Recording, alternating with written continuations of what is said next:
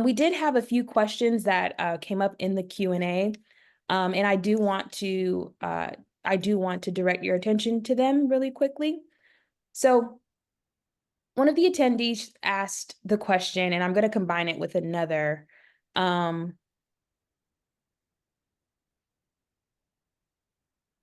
What is the hardest part about getting started? Can you share more about how you were able to convince the community? What arguments persuaded them? And feel free, any of the panelists, I know Ron and Paul, you all have had direct experience implementing. So you all feel free to answer this question.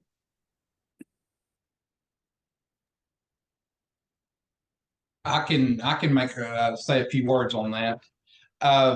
One of the main things that we were able to get over, and we've not 100% gotten everybody convinced yet, but I think we're well on the way. But I think once everybody realizes that it's a school bus, I mean, it's from the floor down is the only thing that's a little different, but everything else, I mean, it's a school bus.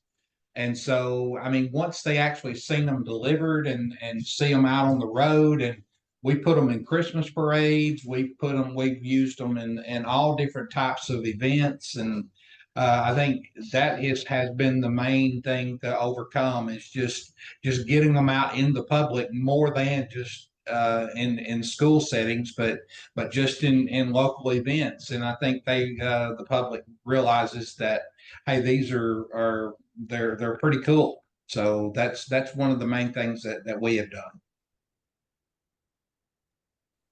And I could echo in on that also.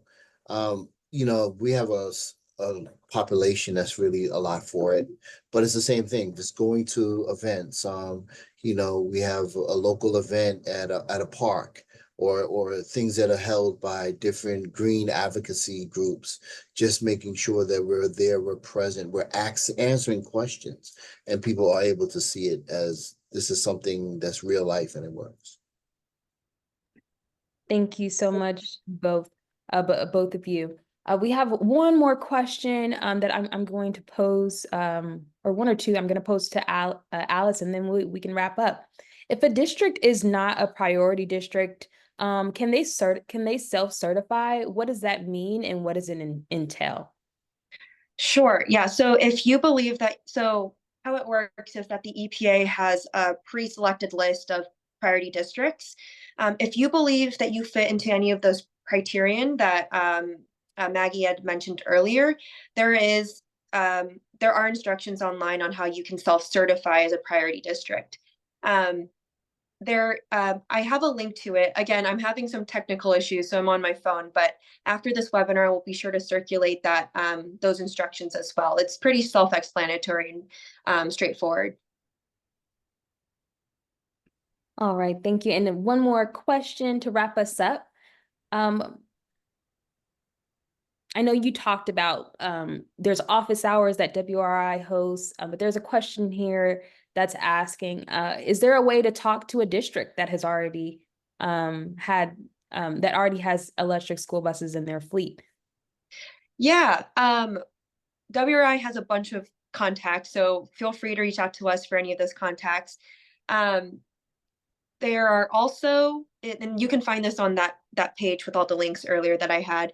There is a bunch of school story vignettes and schools, districts that have opted into sharing their story.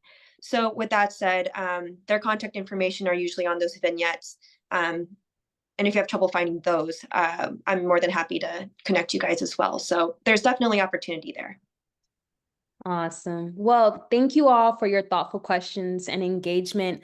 Let's continue working toward a sustainable future. That's it. Thank you.